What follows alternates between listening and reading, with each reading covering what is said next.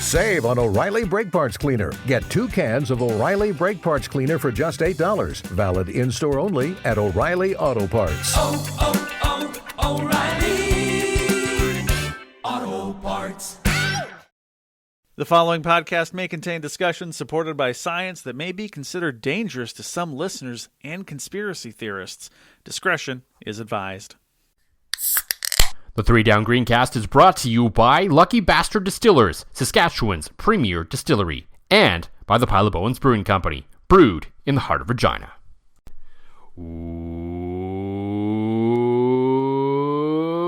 Welcome to the 3 Down Greencast. You are listening to the internet's only Command Center podcast.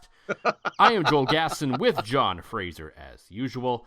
That was to a get thing. to. Yeah. If you haven't noticed, yes, we are recording this the day after the game between the Saskatchewan Roughriders and the Ottawa Redblacks because we just couldn't wait, quite frankly, to get into it. As we all know what happened in that game. It was a thing. was a I thing. almost feel like we were the harbingers of doom on this because you wrote the great article on what a clusterfuck the Command Center has been so far this year, and then we discussed it last week. And I almost feel a little bit of like Fraser curse vibes that the Command Center directly intervened in the most chaotic of ways in this football game. Yes, so of course we're going to go through everything that happened in the overtime of that football game and some things that happened before it too that weren't Command Center related because there are other actual storylines that developed from that game, but it's just been completely overridden by a league that has completely lost the plot. And it's completely lost control, and it's continuing right now in between the Calgary and Toronto game as well as some weird stuff's going on there as well because that's just the theme this year, I suppose. So we'll get into that and a whole bunch more. For that though, little bit of a mea culpa. It was I guess a few weeks ago, Google Podcasts were officially shut down. Yes. I switched over to a different podcast app thing before that because I was using Google Podcasts. And I was unaware that because we were on Google Podcasts, it didn't automatically upload our podcast to YouTube Music. Because, I mean, that would just make too much sense, right? If we're shutting down this thing, maybe we should just migrate all the podcasts over to this platform. Why not do the thing? Why not make it easy? No, why not? Apparently not. It seems because the YouTube Music platform basically runs through actual YouTube. So I figured that out eventually because I was looking around because I was like, I was looking on the back end of our server to be like, okay, where else can I put this thing just for fun that's real easy? And like the YouTube thing said, go to check with the website. And then I was like, okay. And then I go through it. I'm like, oh, so this is how I get on YouTube Music because I was looking and like, why aren't we on here? Like, this is strange. Anyway. Long story. But then I was also worried. The second you said the words YouTube, I'm like, does that mean I got to start doing my hair and not look like an alcoholic while we're recording this? So the other side of this is to get on YouTube Music. It also includes creating a normal YouTube channel. So officially, the 3 Down Greencast is on YouTube. But in typical us fashion, there shall be no video at this point.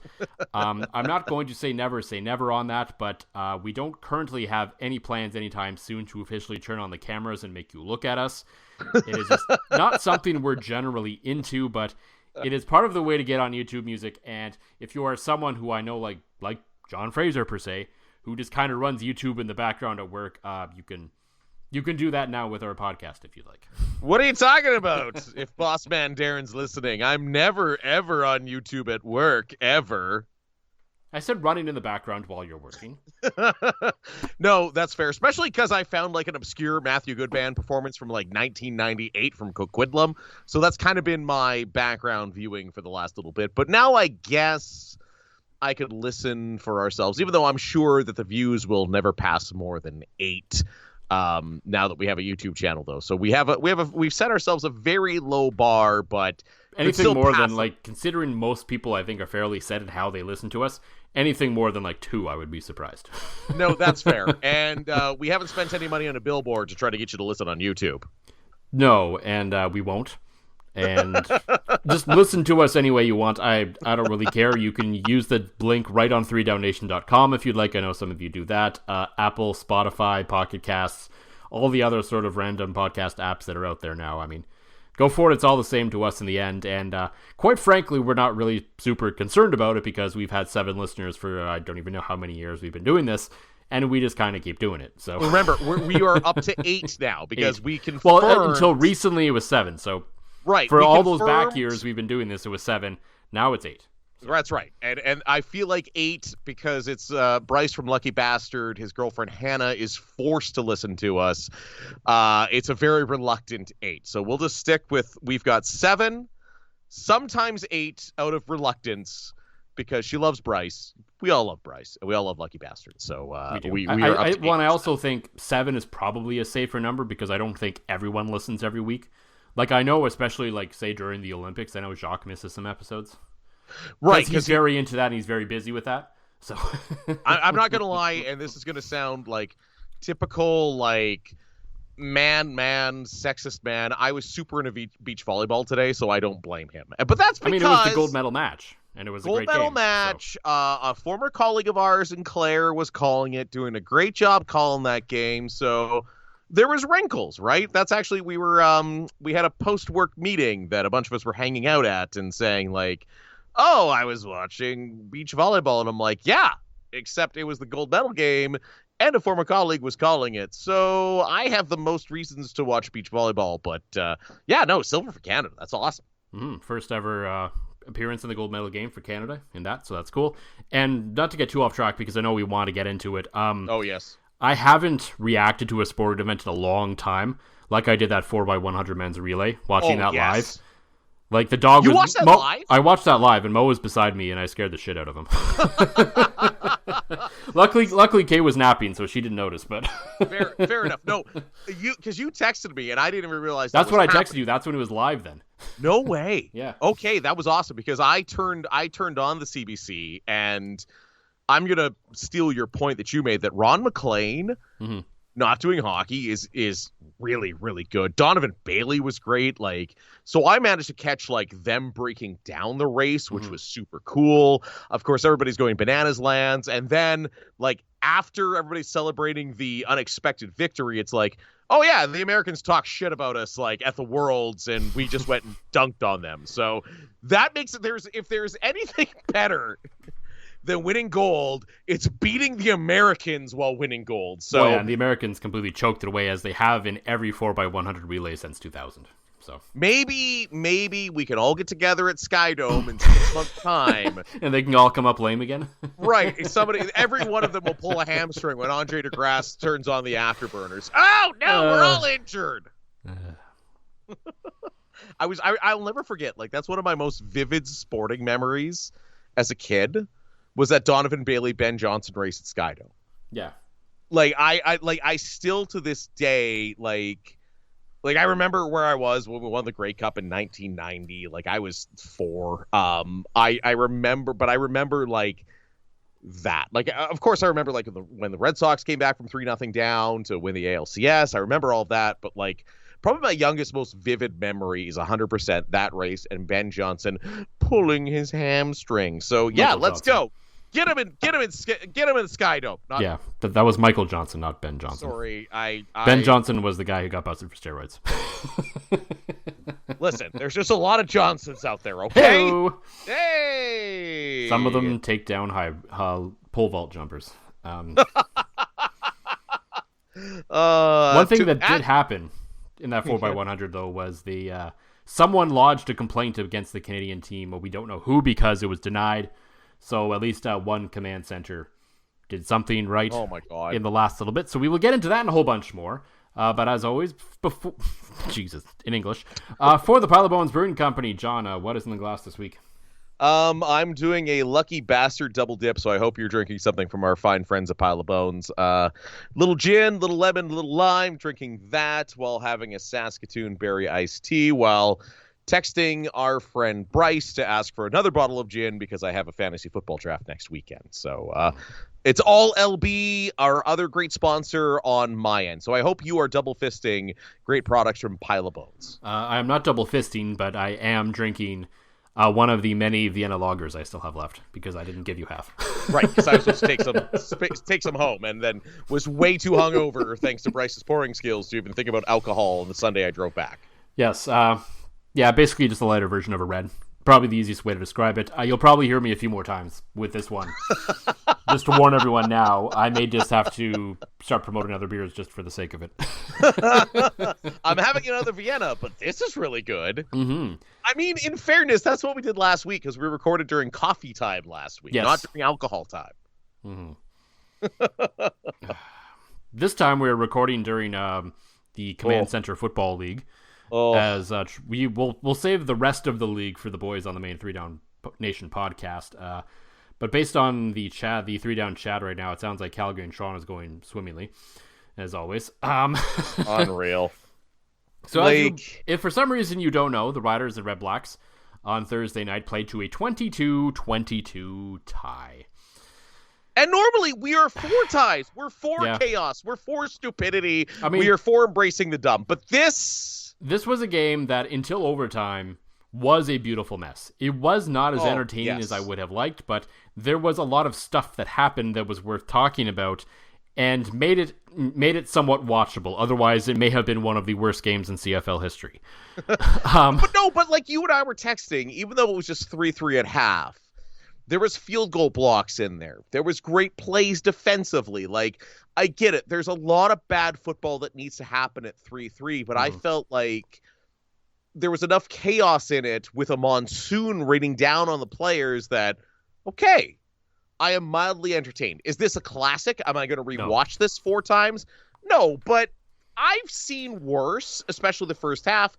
Then the second half kind of got a little chaotic, and I was here for it. Mm-hmm. A little bit, for the most part, at times. We'll get into the rest. We'll get into the rest of the game later. What everyone really is talking about today is the continued interference by the CFL's command center. We talked about it a bit last week because there was the egregious, and I still think the single worst individual call we've ever seen from the command center was that fumble from Hamilton last week against Montreal. Now, this week, we have 2 of the most perhaps impactful decisions by the command center on back-to-back situations for both teams. So we're going to go into overtime here. So obviously the game's starting tied. at OT. Started overtime. Everything's tied. Heading to overtime. The Redblacks score first. They fail on the 2-point conversion.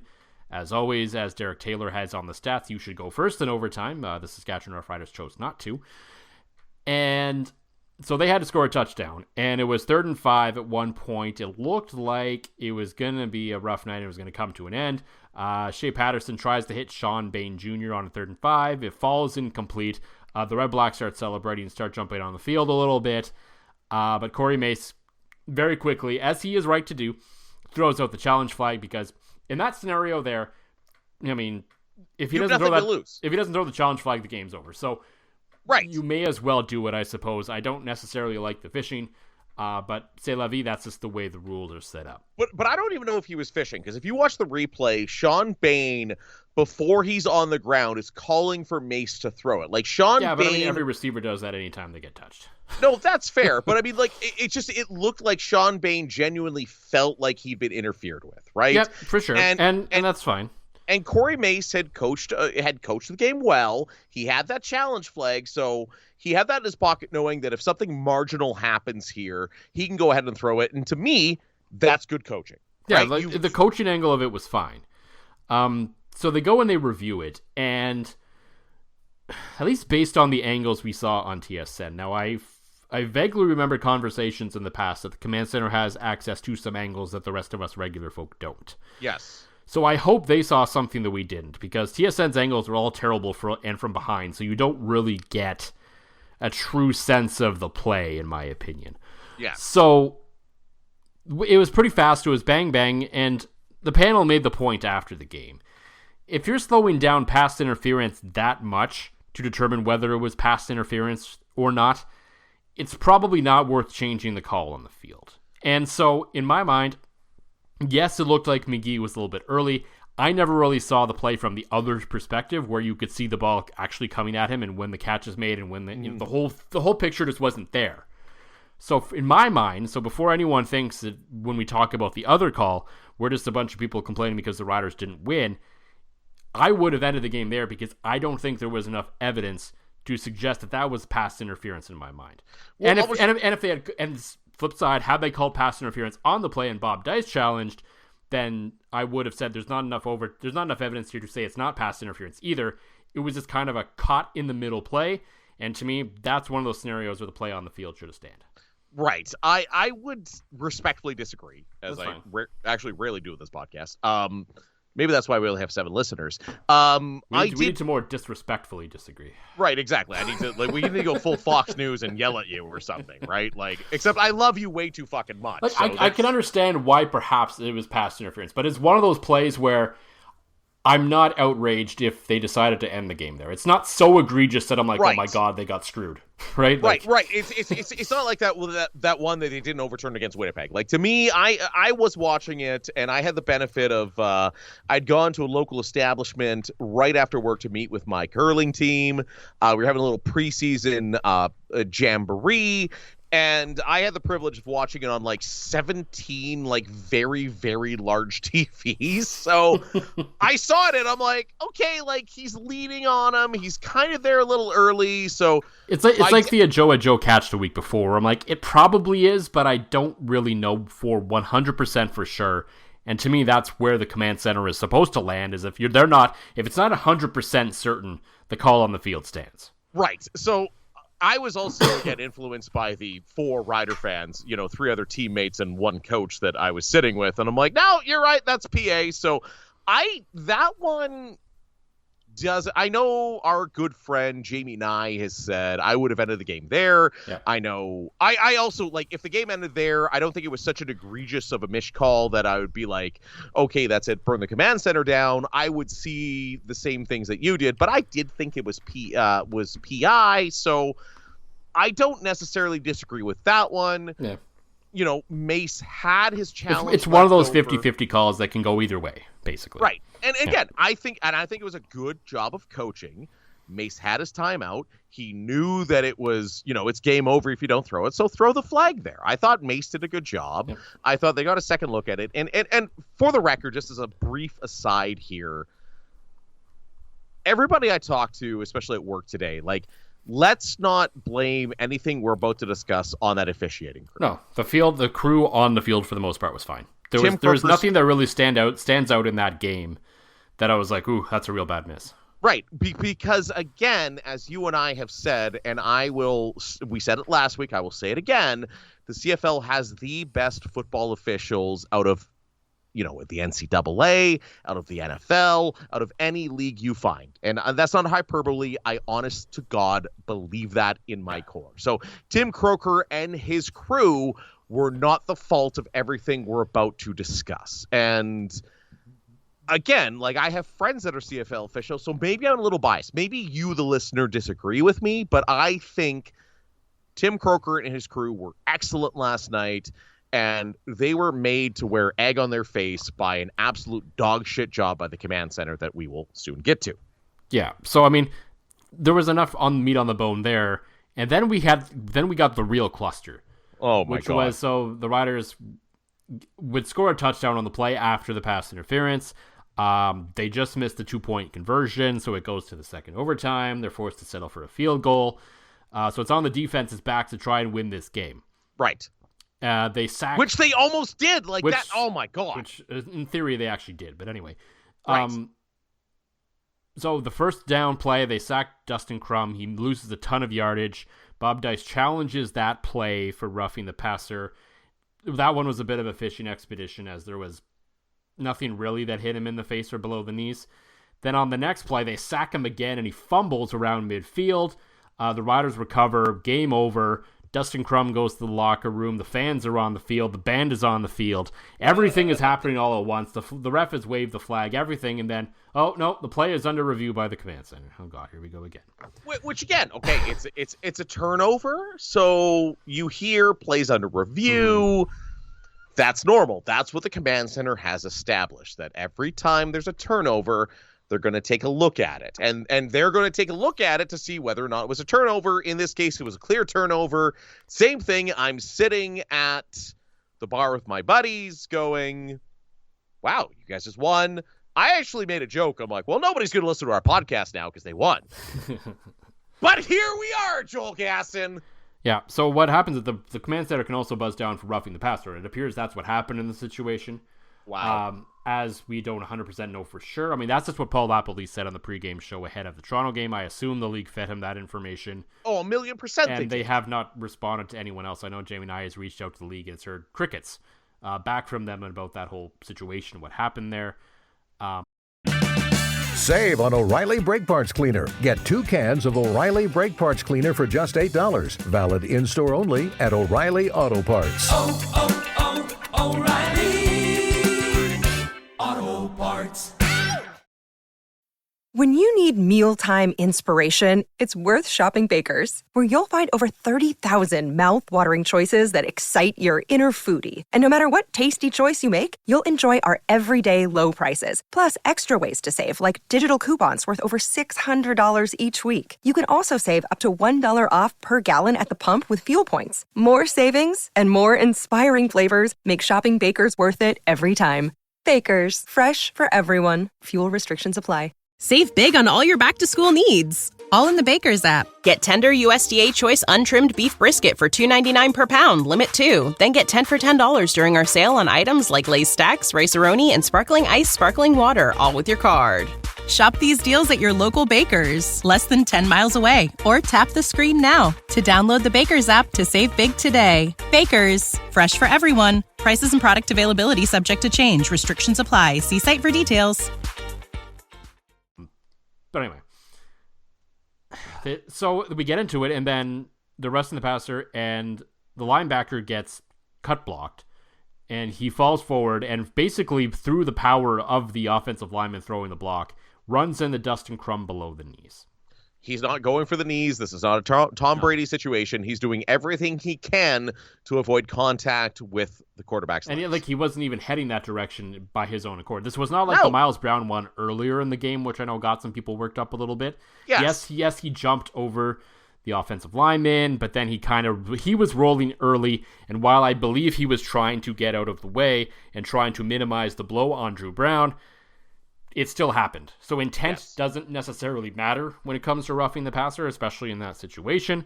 But this one was very different. Like, it was instantaneous. Get hit by the offensive lineman, run into the quarterback, and he's down. Fumbles, etc., etc., etc. And Paul Lappley's brought up the point. Actually, I think it was Jim Barker brought up the point on the pregame show before the Toronto-Calgary game. And this is weird because Jim had a good point. Tim Croker is standing right there, staring right into this play. And he determined in his mind that was not worthy of a pass interference call. Roughing the passer call. Right. And he's Tim right Croker there is looking one at of it. the best in the CFL, in perfect position to see that, knowing that outside of, to steal a line from Jamie Nye, outside of growing some wings and flying away, there's no way he's not running into the quarterback in that spot. Yes, because rules, while there are parts of the quarterback that it's supposed to be black and white, there still should be some room for interpretation, and he decided not to call the flag. And now, had the command center called down right away, I think some of the controversy could have been avoided, but they waited so long to actually buzz in, and this is again one of those situations where it is completely random as to when they actually buzz down or not, which is also another thing that drives people crazy. And they decide that there was roughing the passer on the play. The game continues. The Redblacks, which this whole situation has been swept under the rug right now because Bob Dice had a 3rd and 3 and kicked a game-tying field goal. Right. And so the game ends in a tie, mass hysteria, chaos, the whole thing. Like, it's just, whether the calls are right or wrong at this point is almost inconsequential, just like how poorly the whole thing was handled and what a complete cluster it was. Because Jamie posted, and I know we're posting a lot from Jamie today, but he posted in a column today, and you can read it on CJME or CQM.com. He's got in it the actual quote from the rule book about sort of what the role of the command center is. Mm-hmm. And it says, to quote on page 67, the objective of replay rule and command center is to support the on-field staff, increase the overall performance of officiating, and protect the integrity of the game without causing significant delays to the flow of the game. Continues on. The direction provided to the replay staff is subject to each decision to the developed clear and obvious decision-making process. Is that how would you describe the command center has been working recently? No. The command center seems to be working as a dictatorship, and it seems to be the change with Al Bradbury and Andy Fantuz there. Because we can call people out by name here. Yeah, I don't know if they were actually in the booth that day. There is a rotating cast of characters that goes through there, which I think is also part of the problem because rules and especially penalties are so open to interpretation and are so, it's through the eyes of the beholder situation that you could run through every single person that's supposed to work in that command center and get different calls based on who is in there. Which is why people can't read too much into a call in a given single week, because yes, there was that one a few weeks ago in Winnipeg that looked a lot like the Sean Bain pass interference that wasn't called pass interference, but that's because there was two completely different people in the booth that day. So they didn't see it as pass interference. Whoever the hell was in the booth last night did see it as pass interference, and that's why this whole thing just continues to get extra messy. Well, I think the big part of this is the league has never come out, and I know Jamie read into the rule book and saw the role of it, but the league has never come out to say what can be challenged, what can't be challenged by the command center, right? In the NFL, it's cut and dry. Yeah.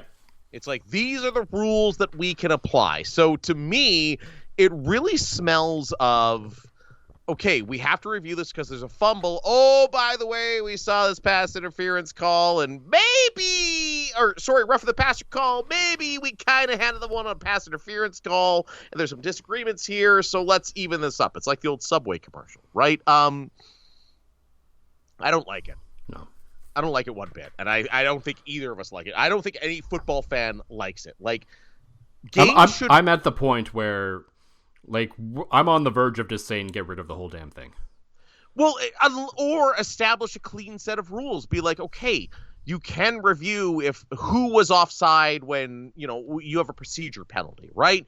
You can review turnovers. Like, we need limits like the NFL has, and to be able to just go, again, Crum is in, like you said, Bob Dice probably should have went for it on 3rd and 3, but Dustin Crum had his pads off.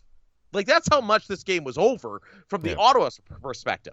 All of a sudden, you get a call down that, and I love Tim Croker going, under review from the command center. Like, it feels like to me, Tim Croker's basically saying, I didn't make this call. Don't vilify me. These idiots in this booth in Toronto did. Like, it just... Yeah. Well, and if you're watching the Toronto-Calgary game today, Andre Proulx seemed a little frustrated at the situation, too. So I think the refs are starting to get at their wits' end with what's going on here, too. But that's it. I don't know what happened between last year and this year. Like, last year, it seemed like the officials on the field would call up to command center and say, okay, is this offside or procedure, right? Was the ball out? Was this out? It almost seemed like they were there to lend a helping hand. While this year it seems like under Al Bradbury and Andy Fantuz, it's become a dictatorship. It's gone from, hey, we're not sure who jumped here. We're not sure if that's PI or illegal contact, into this is PI. We're going to have a white and black interpretation of the rules, and that is bad. Like, yeah.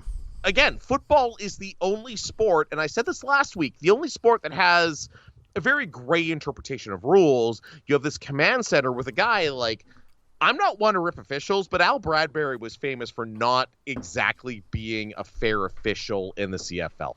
I don't want to rip refs. That's the last thing I want to do. I know what these guys go through. I've been in those courses. I've been a high-level ref myself, but Al Bradbury was not a super respected guy for the fans.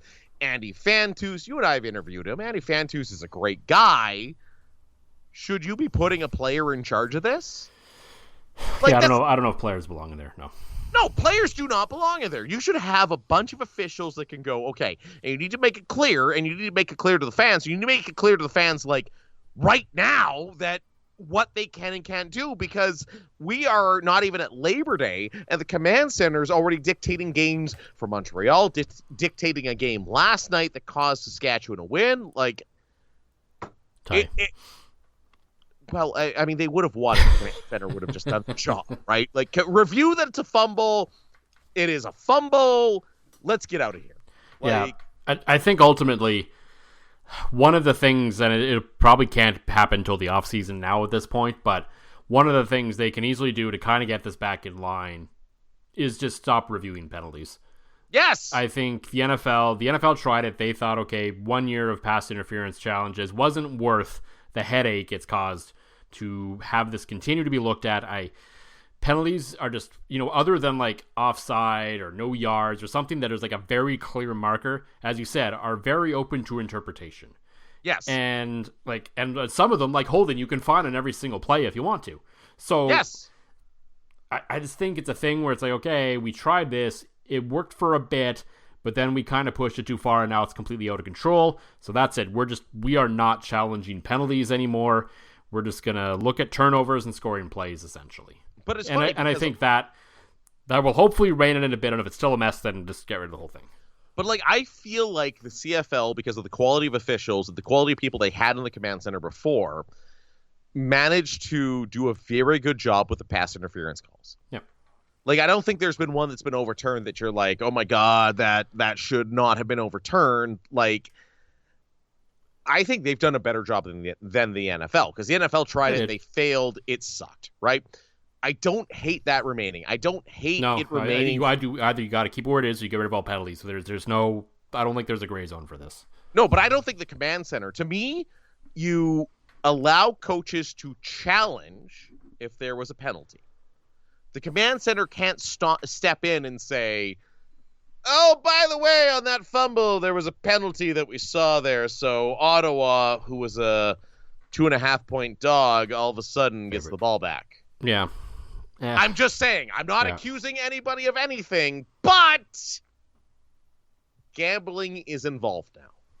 And that's a reality we all need to face.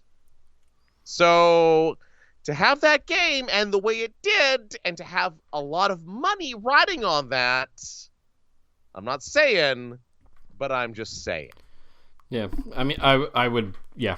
To me, I think you get rid of penalties. I think there's no need for the command center to buzz down. I think it's just, let's get back maybe to the way it was. You get 2 challenges. You get them right, you get a third, but that's it. We're not going to stop the game every 10 minutes to review something. It's just completely killed the flow of the game. We see it in college all the time, and they keep doing it, and that's not going to change, I don't think.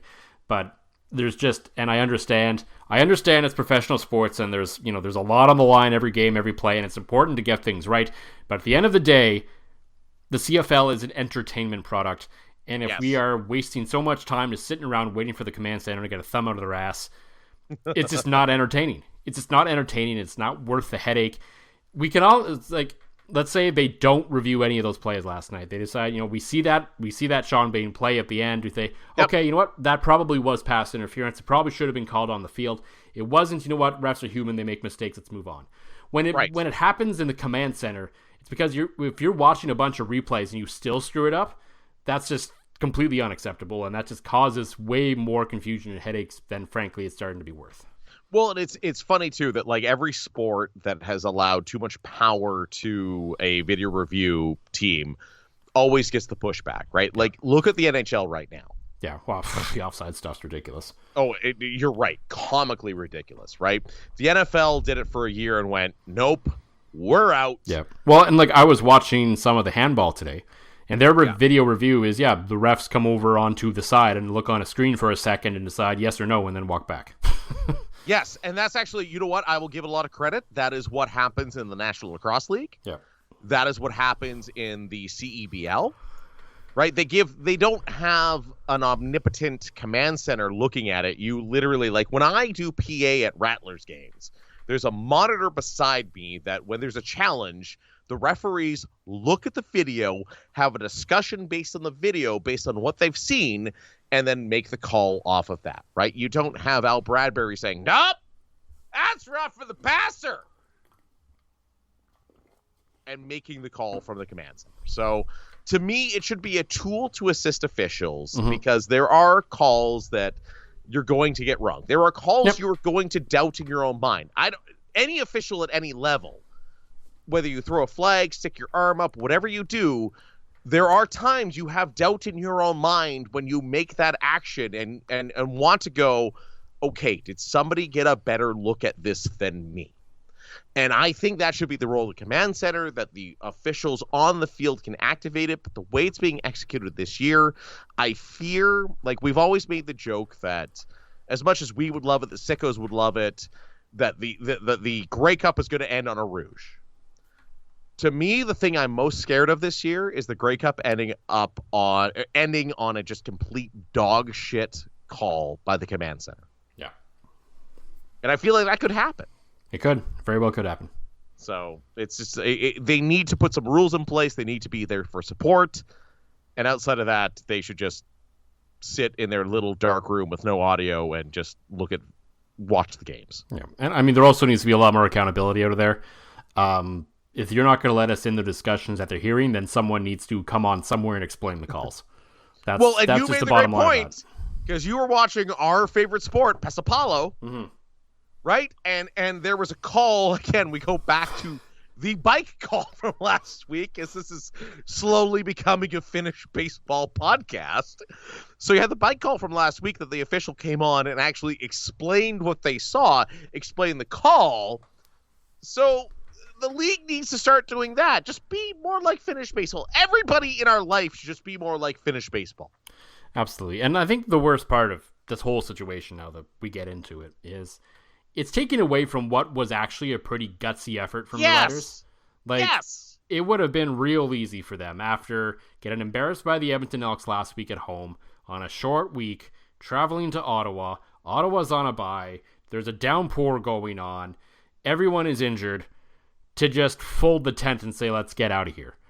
But instead, they fought like I haven't seen this team fight in a long time. No, not even the Craig Dickinson era. There would have been many variations of this team that frankly would have folded the tent in that game and called it a day and say, let's just get back home and worry about next week. But instead, no, they fought. And Corey May said it after the game, like, yeah, I know Craig Dickinson talked a lot about how they fought, but he said, yeah, we fought to the end. And to him, sort of the picture of that sort of fight in his team in that game was after the one interception Shea Patterson threw, not the one that Joe alligator armed, but the other one. Yes. When he made the tackle, he went sprinting to the sideline, hit the guy so hard his helmet came off. Shea Patterson was ever? Yeah, he was like a gamer for that, and like everyone on that field for the most part, while it didn't go great, especially for the offense, and there's a lot of concerns there, that was a team that after they got punched in the mouth last week, came back and they fought, and it was a real gritty effort, and they could have and probably in the end maybe should have won. No, I absolutely agree. Like there was a time in the fourth quarter, you're up. I get it. You allow Ottawa to come down, make the field goal. They've got one of the best kickers in CFL history. But you're right. Like I can't think back to an era of Rider football where this team does just write it off and go and allow the other team to go to Death Star mode. Right, like this had all the makings of another loss and a lot of panic in Rider Nation. But you said it best, Joel. You said it best. That they were gritty. They fought. Like that's everything you want to see from a football team, because that's what's going to win you games as the season goes on. And I even liked, the reaction after the game. Like nobody was going like this. They weren't acting like this was the Montreal screw job and blaming the officials and blaming the command center. We have no idea what they said in the locker room, but in front of the mics, they were able to compose themselves and say the right things. Yep. Right, exactly. And I just feel like this is something that wouldn't happen in the Craig Dickinson era. Like I feel like this is very much the Corey Mace team. They're gritty. They're going to fight. They're going to fight for each other. And yeah, they've only got one win in their past 5 games, but again, a tie is fine against a sneaky good Ottawa team. But the fight was what I was really impressed to see. Like it was good to see. Like the first half was just a mess. Like that was just chaotic monsoon football. The rain stopped a little bit. They were able to do some things. And every time you watched Ottawa punch and you thought, okay, like there's 3 or 4 moments of that game that I'm like, okay, like Ottawa has this, like that they're going to win. Ottawa for sure is winning this football game. And then they would punch back, force overtime, do all those things. Like that's a good stepping stone for this team. I get it. It's not a win. It maybe should have been a win, but it wasn't. But they still showed well in this one. Yeah, it's the kind of game you can kind of rally around.